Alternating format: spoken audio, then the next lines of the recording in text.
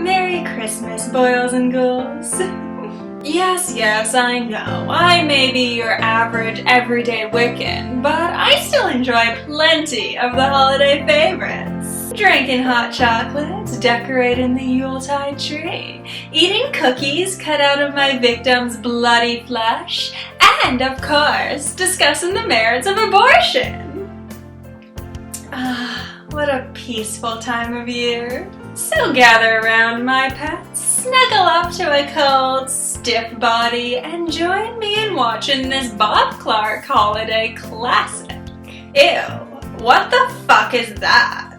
I was talking about the real Bob Clark classic, the 1974 Black Christmas. Black Christmas is one of those films that even if you haven't seen it, you've definitely seen movies that it inspired. When it first came out, it was considered a box office disappointment, and it received middling reviews from critics. However, one budding young director, John Carpenter, was a huge fan of the film, so much so that he wanted to work on a sequel to it. But instead, he produced a film that was heavily inspired by it. You may have heard of it before. It's some little-known project called, Halloween. Black Christmas is often credited as being one of the very first slasher films, alongside Texas Chainsaw Massacre, A Bay of Blood, Psycho, and Peepin' Tom. And with it being one of the first, it set the groundwork for a lot of things that would later become cliches. For instance, Black Christmas is often credited as being one of the very first movies to put the audience into the killer's point of view.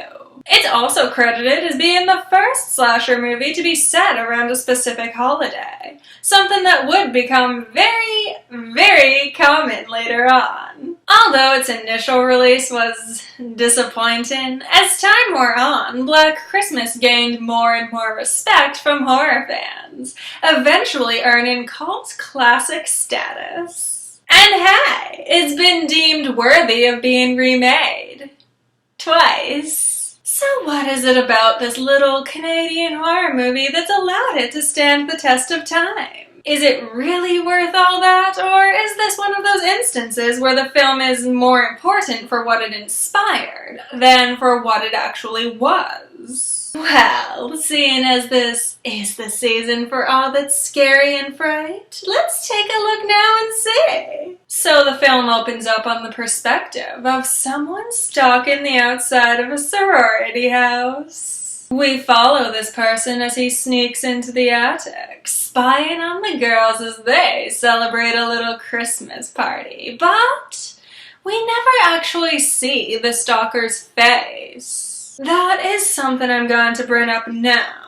Although the killer is present throughout the entire movie, and we do catch brief glimpses of him, an eyeball here, a hand there, we never actually see his face. Or learn what his real name is. Or why he's here. Or where he comes from. Or anything. He's just this anonymous killer. Almost a ghost in the house. And normally I take issue with this because personally, I like to know who I'm rooting for, but here, we'll get to that in a little bit. First, we have to establish what the stalker is doing here. So cut to the girls at the party, receiving a phone call from, guess who? The stalker. He doesn't say anything, well, coherent anyway. Mostly what he does is scream into the phone, use multiple different voices,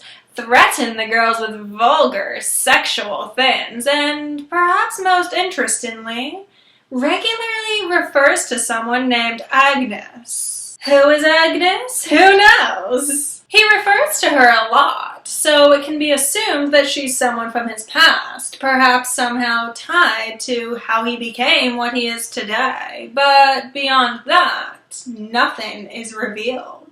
And honestly, that's a big part of the reason why I like the mystery around who the killer is. A lot of the time when a villain isn't given a backstory, they can start to feel like empty space rather than as a solid, established character. They just serve the vague function of being there to kill people, and that's it. But that isn't the case here. It does feel like he has an identity, something that the writer had in his head at least. He just didn't feel the need to fill us in. And honestly, we don't need to get filled in. It's scary enough listening to him ramble about things that only make sense to him. There is something really unnerving about that. Oh, and by the way, another name that the killer uses on the phone quite a bit is Billy. So a lot of fans of this movie have taken to referring to the killer as Billy. So if I use that name from now on, know that I'm referring to the killer. After the girls get off the phone with Billy, one of them goes off to her room alone to pack. Which is a really bad idea when we already know the killer is in the house. If you didn't already guess, girl gets smothered with a plastic bag before Billy drags her body off to the attic. Cut to the next day, dead girl's father shows up at the sorority house, concerned because she didn't come home for Christmas. And it's at that point that everyone realizes she's missing. It's also at this point that a major theme of the movie starts popping up everywhere. Good old-fashioned 1970s free love, baby! Oh, and also slut-shaming and abortion. That's right. You don't have to wait for dinner with your family for things to get awkwardly political. Just head right over to my house. I got you covered. Okay, so, dead girl's father is an old-fashioned kind of guy who blames the sorority for his daughter going missing because, as he puts it, he didn't send her here to be shacking up with boys or whatever. When they all go to the cops to report dead girl missing, they just sort of brush them off, figuring that a pretty young girl probably just ran away with a boy, despite the fact that everyone insists she wouldn't do that. Even when they mention the obscene phone calls they've been getting, the cops still just sort of brush them off, saying that it's probably just one of their boyfriends playing a joke. And in between all of this, letting that girl's body grow cold, because she must have been a slut anyway. We also have to deal with the protagonist's issues of abortion. Meet Jess. Jess is, as you may have already guessed, pregnant, but she don't want to be anymore. She informs her boyfriend that she's gonna have an abortion, and he gets very, very upset about this.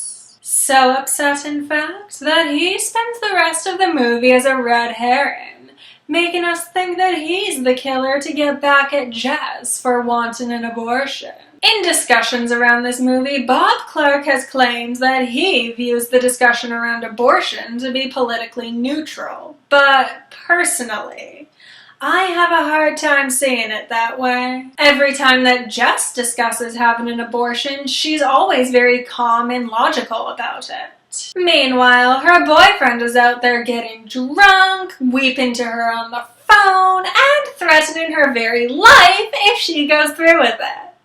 And sure, I can understand why someone might be emotional if they thought their child was going to be killed.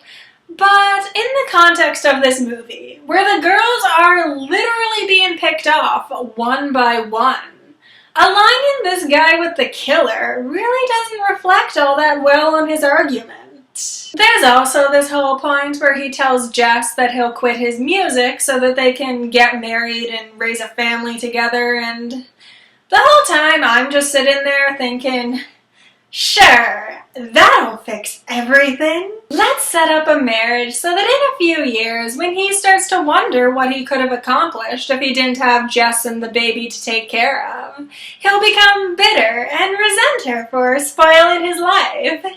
Great. I'll admit, I am coming to this movie from a pro-choice perspective. So I might be a little biased here, but I have a hard time seeing the boyfriend's argument as anything other than overly emotional and potentially dangerous, whether he's the killer or not. But while we're here, make sure to head down to the comments section and tell me if I'm missing something. Maybe someone with a different bias than my own saw something in the boyfriend's argument that I missed, and if so, I'm curious to hear it. But anyway, in between all of this, anytime that someone winds up in the sorority house alone, Billy gets him. And after every death, he makes a phone call. When he's talking to Jess on the phone, he has a habit of repeating things that her boyfriend said to her about the abortion, which is what first tips her off that her boyfriend might be the killer. The girls go to the police again, and finally, Officer John Saxon takes them seriously. Man, you know, this guy has led a hard life. Sorority girls receiving creepy phone calls while he's at work. Then he's got to go home to his daughter who's having bad dreams. It's no wonder he becomes an alcoholic in Nightmare on Elm Street 3 Dream Warriors. Officer John Saxon agrees to trace the calls, and say it with me, folks, the calls are coming from inside the house. By this point, Jess is the only one left alive, but she doesn't know it yet, and she's not about to leave her sisters in the house with a deranged killer. We get what is basically the same scene from Halloween, where the lead girl wanders through a graveyard of her dead friends before hiding in the basement. Officer John Saxon is on the way to save the day, but before he can get there, the boyfriend shows up at the house. When Officer John Saxon shows up, he discovers that Jess has beaten her boyfriend to death with a fire poker, thinking that he's the killer. And that's that! Everything's settled, the day is saved, the killer's been killed, and Jess can be alone in the house again. Except there's still someone in the attic. And as the credits roll, the phone rings one more time, just like it did after every murder. Final thoughts. I love this movie. Honestly, I don't have a single complaint against it. Even while I was going through the plot, I kept wanting to stop on little insignificant details like, oh my god, Margot Kidder is amazing in this movie. Oh my god, that glass unicorn. Oh my god, that shot of Billy's eye in the doorway. Really, this is just one of those boringly perfect movies that knows the right amount to give its audience to keep them coming back for more. We know the exact right amount of details about who Billy is. We see just the right amount of gore in each death scene, which is to say, minimal. Most of it is left to your imagination. We get just the right amount of politics in this movie, enough that it does leave you thinking afterwards, but not so much that you feel preached to. There's always going to be something a little cheesy about mixing the cheerfulness of Christmas with the bleakness of a horror movie. But this movie does manage to give you the right amount of both. I really don't have anything more to say. I just love this movie. I think it's incredibly underrated, and it deserves more notice than just being that movie that inspired Halloween. So yeah, if you're looking for something spooky this season to make that special someone cuddle just a little closer, I definitely recommend giving this one a watch. Its remake, on the other hand, well, we'll get to that next week, won't we? Thank you for joining me, boys and ghouls, and make sure to have a very scary Christmas.